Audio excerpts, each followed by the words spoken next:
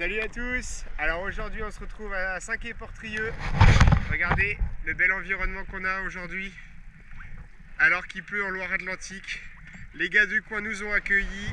Je suis venu avec Nicolas et Cédric qui sont en train de se préparer et on va aller essayer de se faire quelques coquilles et un petit bonus si on trouve. Allez, bye. Allez, salut à tous. Alors comme vous pouvez voir, on nage jusqu'à la balise et on va même la dépasser pour trouver les premières Saint-Jacques. Alors quand on la dépasse, on plonge au début à l'aveugle. Et moi je plonge à l'aveugle après l'avoir dépassée et je tombe encore sur de la roche avec une araignée, donc je me serre. Au final je me suis ravisé, je l'ai trouvée un peu petite à mon goût, donc je l'aurais relâchée. En plus elle avait pas de pince, c'était un petit mâle. Et du coup je continue de m'éloigner de cette balise, donc vers le large, pour essayer de trouver les premiers bancs de sable. Donc là vous voyez, je vais être derrière la balise, on va la voir apparaître. Et l'araignée c'était un petit mâle sans pince, donc je l'ai relâché comme je vous l'ai dit. Et donc un peu plus loin, je finis enfin sur le sable, donc du sable bien grossier. Il tarde à apparaître, mais je finis enfin dessus. Je vais pouvoir poser mon plomb de bouée et commencer à ramasser mes premières coquilles. Donc là c'est rapide, hein. Alors moi j'ai l'œil, mais on voit que les coquilles, elles sont enfouies dans le sable. Et on va venir les prendre. Donc je soulève des gerbes de sable. Là je vais la crocheter, vous allez voir, hop là. Et enfin on peut remonter à la surface avec plein de coquilles. On est trop content. Dès les premières apnées, c'est directement récompensé. Et on va mettre tout ça à la bouée et je vais les mesurer un peu plus tard quand j'aurai fait un petit tas. Donc là on voit, je rejoins ma bouée. Donc c'est facile hein, de remonter 5-6 par apnée, c'est normal. Et je m'aperçois que au final ma bouée elle est en train de glisser, donc l'élastique est quasiment tendu. Donc je descends, j'avais prévu le coup, hein, faut avoir quelques habitudes et faut être précautionneux quand on va au Saint-Jacques, on est quand même loin. Donc je redescends et je vais rajouter 1,5 kg au plomb. D'ailleurs, vous voyez, c'est un plomb Décathlon, un plomb largable de chez Décathlon, et franchement c'est super bien, t'as les deux mains libres, ça se largue tout seul, ça s'accroche à la ceinture tout seul et ça tient bien. Et je vous le recommande hein, pour les chasses du bord, ça doit être super. Moi maintenant c'est que ça. Et donc une fois que je suis bien ancré, je peux enfin commencer à faire mes apnées. Et donc voilà, je redescends. Vous voyez, je bouge quasiment pas. Là, 3 coquilles côte à côte, une quatrième. Je remonte les mains mais pleines de coquilles à chaque fois. En quelques apnées, j'ai toutes mes coquilles. Là vous allez voir sur cette apnée, j'en remonte quasiment une dizaine. Vous voyez, il y en a partout. J'avance quasi pas. Et en plus, je fais une ligne droite. Donc à ma gauche et à ma droite, ça se trouve, il y en a encore plus. Elles sont bien enfouies dans le sable. Hein. Faut quand même avoir l'œil. Vous voyez? Donc là, il y en a 8, 9, 10 derrière. Donc il y en a une dizaine. Et hop, je suis juste à côté de ma bouée. Donc une fois ancré au bon endroit, en fait, on tourne autour de notre bouée. Et puis on ratisse. Et si jamais il n'y en a plus, on déplace juste l'ancre et c'est bon. Et là, vous allez voir, je vais vous remontrer donc. On est à 9,8 m et c'est une apnée de 42 secondes quoi. L'eau elle était à 11 degrés, mais en 42 secondes, vous voyez, on arrive à faire 10 coquilles, au moins 5 en fait, au minimum 5. Et ensuite, on redescend, on enchaîne en fait. On enchaîne, on se met à sa bouée. Si la bouée elle est bien ancrée, on peut même s'appuyer dessus pour s'aider à se ventiler. Et là vous voyez, hop, 1, 2, on la voit se refermer. On trouve vite des coquilles. Et puis du coup, je vais vous montrer la suite. Donc là, je remonte pour ma troisième apnée, je remonte à la surface. J'en largue quelques-unes parce que je commence à avoir l'œil sur la taille. Et je vais pouvoir, là, hop, une de plus, j'en largue. Et je vais pouvoir aller mesurer mes coquilles pour garder que les plus belles. Comme on est limité à 30 coquilles, j'essaye de garder vraiment les plus belles. Enfin, vous allez voir ça. Donc normalement, les coquilles, voilà, c'est 30 coquilles par jour et par personne et c'est 11 cm la taille minimale. Donc moi je vais prendre mon panier, je vais aller l'accrocher sous la bouée et voilà, on voit que je crochette, j'ouvre mon panier Et je me suis fait un petit triangle marqué 9, 11 et 12 centimètres. Et donc là, les coquilles, comme je sais qu'elles sont belles, je prends même pas à 11 centimètres, mais je prends à 12 centimètres.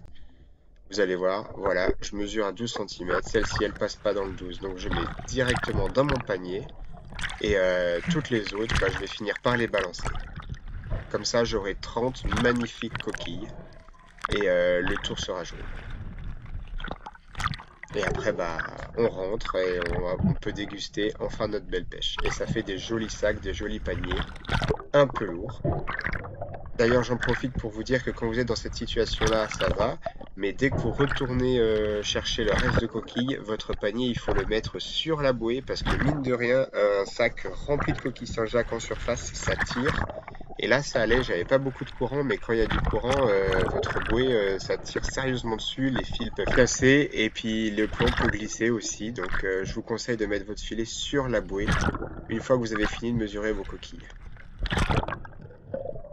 Vous voyez là, petit à petit, bah, on fait nos 30 coquilles. Moi, je profite de ce moment-là pour vous dire que si jamais vous aimez les vidéos de chasse, je vais en sortir plein d'autres pendant toute l'année. D'ailleurs, avec le beau temps, si jamais il revient, ça va s'accélérer puisque je vais enfin pouvoir sortir.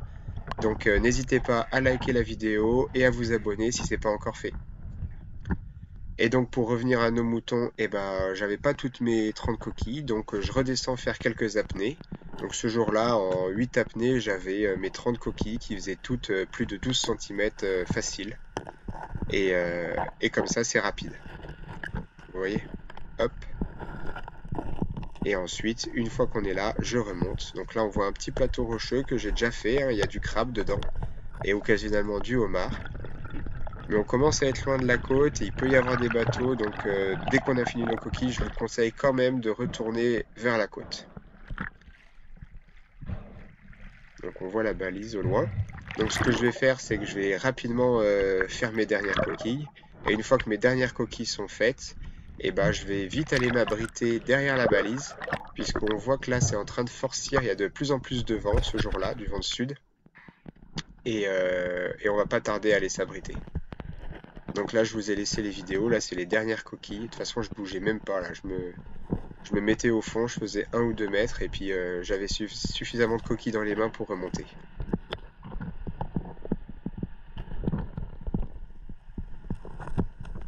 À chaque fois, je vous les montre du doigt pour que vous voyez. Mais on voit que ça fait vraiment un arc de cercle. Et quand on est attentif, en fait, on voit leur barbe, leurs yeux, qui est en train de se rétracter. Et la coquille se referme avec un petit jet de sable. Et ce qu'on peut trouver aussi régulièrement à côté des coquilles Saint-Jacques, c'est des praires. Quand il y a eu un petit peu de vent, un petit peu de tempête comme ces jours-là, et ben, on peut voir des praires. Donc là, vous voyez, j'avais mis mon sac sur la bouée pour pas que ça fasse trop de poids. Donc là, je rouvre mon sac. Donc c'est vraiment la suite de ce que je vous ai montré tout à l'heure. Et puis, bah, c'est pareil, c'est parti, je remesure. Et puis, je finis par faire mes 30 coquilles. Donc celle-ci, elle faisait pas la taille, je l'ai balancée. Et voilà. Et ensuite, bah, du coup, je suis revenu sur la balise avec ces roches. Et je commence à faire les roches pour voir si je trouve des crustacés. Comme un homard, j'aimerais bien un homard ou des araignées. Là, dans la faille, il n'y a rien. Là, vous voyez, ces algues-là, ça c'est du kombu breton. Ça sert à pas à grand-chose. Par contre, un peu plus loin, là où j'ai largué mon plomb, vous voyez cette algue avec une tige un peu plus claire au milieu, que j'essaie de vous montrer. Ça s'appelle du wakame. Et ça, c'est super bon. Et là, j'étais trop content, du coup, j'en ai pris. Ah putain, t'es là, toi? Ça va? J'ai trouvé du wakame. Eh, j'ai plein. Là, il y a Cédric qui me disait qu'il avait vu une petite roussette, donc je retourne chercher du wakame et je retrouve la roussette qu'il a dû voir. Vous voyez, elle était entre les rochers, là, à l'abri du courant, et commençait à avoir un petit peu de courant.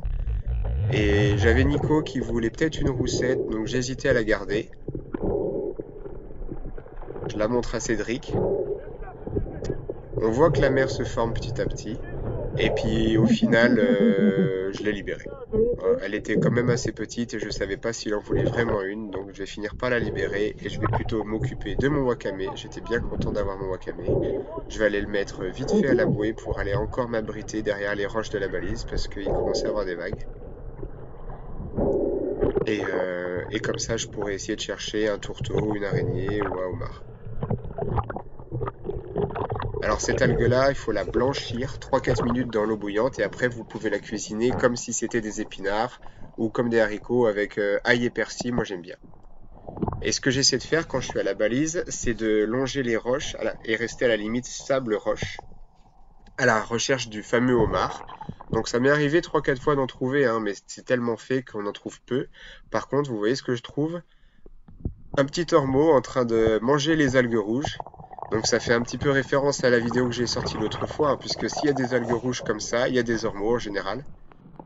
Et là, la l'apnée d'après, juste à côté de l'ormeau, je trouve un berlingot d'eau de Javel. J'espère que l'eau de Javel n'a pas été dans la mer. J'étais dégoûté. Mais bon, je le ramasse, ça fera toujours un plastique de moi. Et un petit peu plus loin, je vois une belle araignée. Donc celle-ci, elle était suffisamment grosse, même si c'était une femelle, j'ai décidé de la garder. Là, il y a une vieille qui file. Et ouais, l'araignée était belle, j'étais content, ça faisait mon petit bonus de la sortie. Donc je remonte rapidement à la surface. Et puis bah, je vais aller mettre tout ça sur ma bouée, donc l'eau de Javel à côté et puis mon araignée dans mon filet.